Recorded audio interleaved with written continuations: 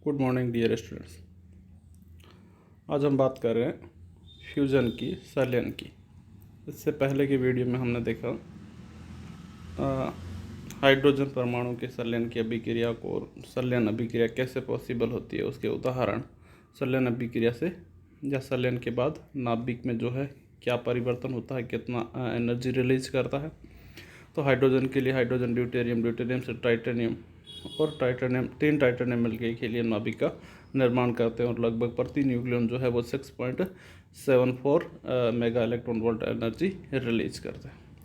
तो जो natural phenomena है कि जो स्टार्स है उनके अंदर जो है संलयन अभिक्रिया या फिर संलयन क्रिया जो है वो कैसे होती है। तो कई साइंटिस्टों ने उसके ऊपर रिसर्च करके उसको गणना के आधार पर या उसको जाकर के रिएक्शन को, और वहाँ पॉसिबिलिटी नहीं है लेकिन कुछ थ्योरेटिकली मैथमेटिकली प्रूव या फिर उस गणनाओं के आधार पर उनको प्रूव करने की कोशिश की है। जैसे हमारा समीपस्थ जो सबसे निकटतम तारा है वो कौन सा है, सूर्य है। तो करोड़ों वर्षों से वो जो है 4 × 10⁻26 जूल प्रति सेकंड की दर से ऊर्जा विकिरण का उत्सर्जन कर रहा है। तब भी सूर्य के ताप में कोई परिवर्तन नहीं आया तथा रासायनिक प्रक्रियाओं से ऊष्मीय उत्सर्जन संभव नहीं है, क्योंकि यदि सूर्य शुद्ध कार्बन से बना होता तो इसके संपूर्ण दहन से उपरोक्त दर पर ऊर्जा केवल कुछ हजार वर्ष तक ही मिल पाती।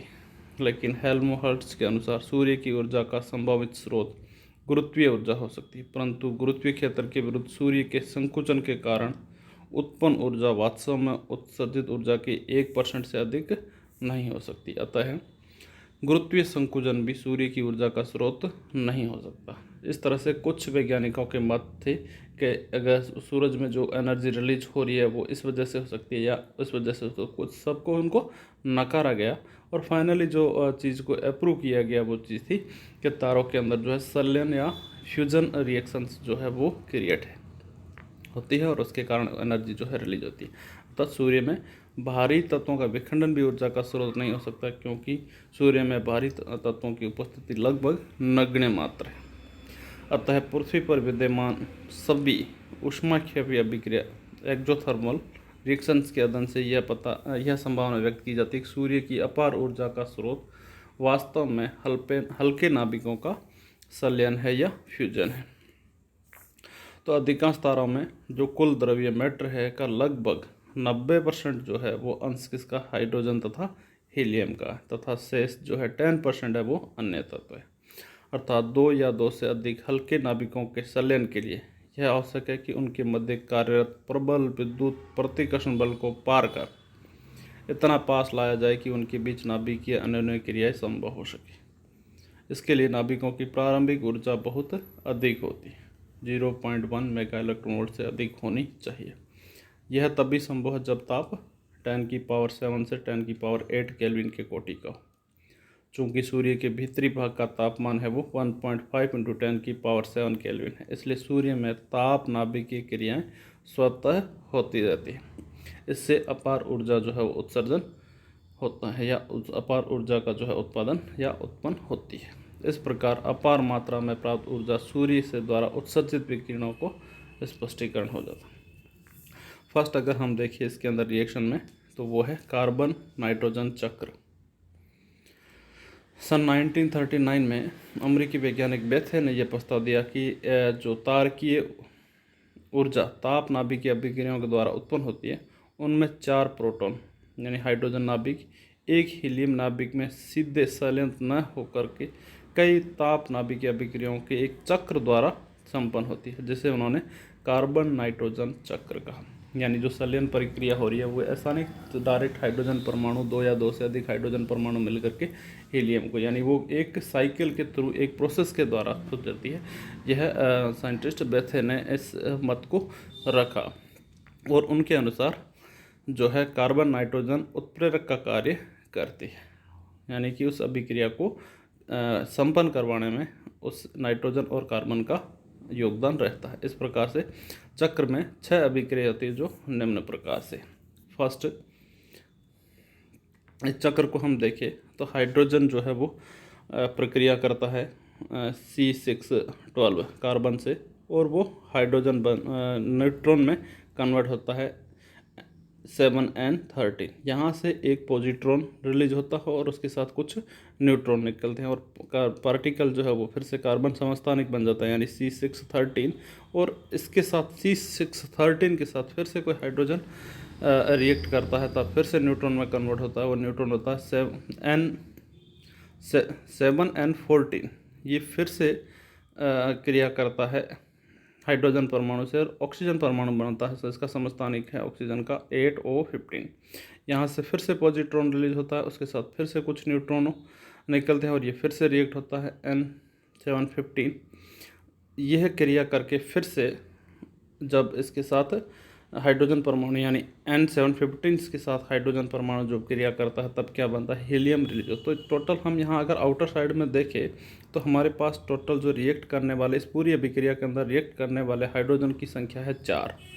जो फर्स्ट C612 के साथ रिएक्ट करता है, फिर दूसरा हाइड्रोजन जो है C613 के साथ रिएक्ट करता है, फिर तीसरा हाइड्रोजन जो है वो7n14 के साथ रिएक्ट करता है और नेक्स्ट हाइड्रोजन जो है वो N715 के साथ रिएक्ट करता है। तो यहाँ 4 हाइड्रोजन मिलकर के इस परमाणु के ऊपर बैठे और वहाँ ने वापस जो है किसको रिलीज़ किया, हीलियम को रिलीज़ किया। लेकिन टोटल जो साइकिल अंदर की साइड जो हम देख रहे हैं इसके साथ साथ रिलीज़ किया हुए 2 पॉजिट्रॉन रिलीज हुए और इसके साथ कुछ न्यूट्रॉन रिलीज हुए। लेकिन क्रिया देखें तो हम C612 से शुरू होकर के N13, उसके बाद C13, फिर N14, O15 और N17, यानी कि ये एक साइकिल जो अंदर की साइड में क्रिएट हुई है। अगर आउटर साइड में देखें तो उसके रिएक्टर है, अंदर साइड जो साइकिल के अंदर है वो इसका एग्जॉस्ट है, यानी वो नाभिक बनाया है। और साइकिल जो देखे तो हमें पास क्या है, वो कार्बन न्यूट्रॉन साइकिल कहलाती है, जो कार्बन से न्यूट्रॉन, न्यूट्रॉन से फिर कार्बन, कार्बन से न्यूट्रॉन, न्यूट्रॉन से ऑक्सीजन, ऑक्सीजन से न्यूट्रॉन और न्यूट्रॉन से फिर वापस कार्बन और इस कार्बन के साथ फिर से वापस वो क्रिया कंटिन्यूसली चलती रहती है। तो इस साइकिल को हमने क्या बोला, कार्बन नाइट्रोजन साइकिल जो बेथे ने समझा। यानी इस तरह की रिएक्शन जो है वो सूर्य के अंदर या स्टार्स के अंदर पॉसिबिलिटी है, जहाँ पर 4 हाइड्रोजन परमाणु मिलते हैं, 4 हाइड्रोजन हीलियम कन्वर्ट करते हैं और उसके साथ साथ जो है न्यूट्रॉनों और पॉजिट्रॉन के रूप में जो है विकिरण उत्सर्जित करते हैं। यही विकिरण ऊर्जा प्रति न्यूक्लियन नाभिक एरिया जो संलयन के दौरान जो एनर्जी रिलीज हो रही है वो न्यूट्रॉनों के कारण या पॉजिट्रॉन के कारण। अगर हम इस सारी अभिक्रिया के अंदर देखें स्टेप बाय स्टेप, तो यहाँ टोटल 6 क्रियाएं हो रही है। फर्स्ट कार्बन के साथ, फिर N70 के साथ, यानी इसके अंदर देखिए तो 6 जो है वो इसके पॉसिबिलिटी। फर्स्ट है हाइड्रोजन ने कार्बन के साथ क्रिया किया, N17 बना और उसके साथ कुछ गामा किरणें और साथ में एनर्जी रिलीज की 1.94 मेगावाट। फिर N17 जो है उन्होंने कार्बन में परिवर्तित हुआ, उसके साथ एक पॉजिट्रॉन प्लस न्यूट्रॉन और उसके साथ साथ एनर्जी रिलीज की 1.2 मेगा इलेक्ट्रॉन वोल्ट। सेम वही हाइड्रोजन पर नेक्स्ट हाइड्रोजन परमाणु जो है क्रिएट किया C613 के साथ, वहाँ पर टोटल N14 गामा किरण और एनर्जी रिलीज किया। नेक्स्ट क्रिया हुई वापस वो हाइड्रोजन की N14 के साथ और ऑक्सीजन 15 और उसके साथ गामा किरण और साथ में एनर्जी रिलीज की 7.92। फिर ऑक्सीजन वापस कन्वर्ट हुआ नाइट्रोजन के अंदर, एक पॉजिट्रॉन प्लस न्यूट्रिनो और उसके साथ जो एनर्जी रिलीज की 1.74 मेगा इलेक्ट्रॉन वोल्ट। तो इस तरह से नेक्स्ट जो लास्ट में हुआ वो हाइड्रोजन परमाणु N15 के साथ क्रिएट किया और C कार्बन जो है वो तो इनिशियली जो हम लेके चले थे वो C12 लेके चले थे, वापस हम साइकिल में मिला क्या हमें C612, ये फिर से C612 हाइड्रोजन के साथ करेगी और ये एक साइकिल की तरह कंटिन्यूसली। अगर हम इस रिएक्शन का कंक्लूजन निकालें तब क्या है कि 4 हाइड्रोजन परमाणु मिल करके एक हाइड्रोजन हीलियम परमाणु में कन्वर्ट हुए, उसके साथ 2 पॉजिट्रॉन, 2 न्यूट्रिनो प्लस 3 गामा किरण plus 14.68 mega electron volt energy release.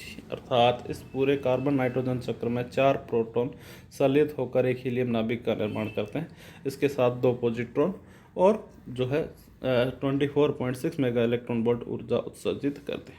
यह दोनों पॉजिट्रॉन 2 इलेक्ट्रॉनों के साथ विलोपित होकर के 2.4 ऊर्जा उत्सर्जित करते हैं। इस प्रकार संलयन अभिक्रिया में कुल एनर्जी जो है वो 26.72 मेगा इलेक्ट्रॉन वोल्ट उत्सर्जित होती है। यह नाभिकीय आंकड़ों के द्वारा ज्ञात होता है कि उपरोक्त कार्बन नाइट्रोजन वक्र या चक्र केवल उच्च तापों पर संपन्न होता है, परंतु सूर्य का ताप जो है अन्य तारों का ताप लगभग 2 × 10⁻17 केल्विन की अपेक्षा कम होने के कारण इसमें कार्बन नाइट्रोजन चक्र की संभावना कम होती है। सूर्य में एक अन्य चक्र की संभावना की अधिक होती है, जो क्या है, प्रोटॉन चक्र या PP साइकिल जो कहते हैं। यानी ये जो संभावना देखी जा रही है वो यहाँ पर कार्बन का न्यूट्रॉन चक्र था। और नेक्स्ट संभावना देखी जा रही वो है प्रोटॉन प्रोटॉन चक्र की। तो प्रोटॉन प्रोटॉन चक्र में कई ताप नाभिकीय अभिक्रियाओं के कारण प्रोटॉन सलित होकर हीलियम नाभिक का निर्माण करते हैं, यानी दोनों ही साइकिल के अंदर हाइड्रोजन मिलकर के हीलियम का ही करते हैं, यानी संलयन अभिक्रिया का ही है। तो अगर जिनका टेम्परेचर बहुत अधिक है, जिसका लगभग 2 × 10⁻⁷ केल्विन के आसपास, तो उसमें तो ये कार्बन जो रिएक्शन से ये पॉसिबिलिटीज़ है, अन्यथा प्रोटॉन प्रोटॉन चक्र। परंतु इस चक्र का परिणाम ठीक वही आता है जो कार्बन नाइट्रोजन चक्र का आता है। जैसे 2 हाइड्रोजन परमाणु, 2 हाइड्रोजन प्लस 2 हाइड्रोजन रिएक्शन होकर के 2H2 ड्यूटेरियम बनाए, देन उसके साथ 2 positron 2 gamma plus 0.8 mega electron volt, फिर 2 ड्यूटेरियम मिलकर के हाइड्रोजन के साथ रिएक्ट करके 2He3 plus gamma plus 11.4 mega electron volt, then फिर से 2 ट्राइटेनियम हीलियम 3 परमाणु और उसके साथ हीलियम परमाणु मिलकर के क्या बना है 2He plus 2He1 plus 12 electron volt. यहाँ भी अगर हम कंक्लूजन या टोटल देखें तो क्या है, 4 हाइड्रोजन परमाणु संलयन होकर के एक हीलियम नाभिक, उसके साथ 2 पॉजिट्रॉन 2 न्यूट्रिनो तथा 2 गामा और उसके साथ 24.68 mega electron volt energy release की। यहाँ अगर हम देखें तो जो है प्रोटॉन प्रोटॉन चक्र, उसमें हाइड्रोजन परमाणु हाइड्रोजन के साथ, फिर पॉजिट्रॉन और न्यूट्रॉन, फिर 1H2, उसके साथ हाइड्रोजन ने रिएक्ट किया, देन 2He3 से फिर से 1H रिलीज हुआ, 2He4 रिलीज हुआ और 1H1, या फिर 1H1 न्यूट्रिनो के साथ किया, फिर से वापस 1H2 देन 2He3, फिर से वही रिएक्टर।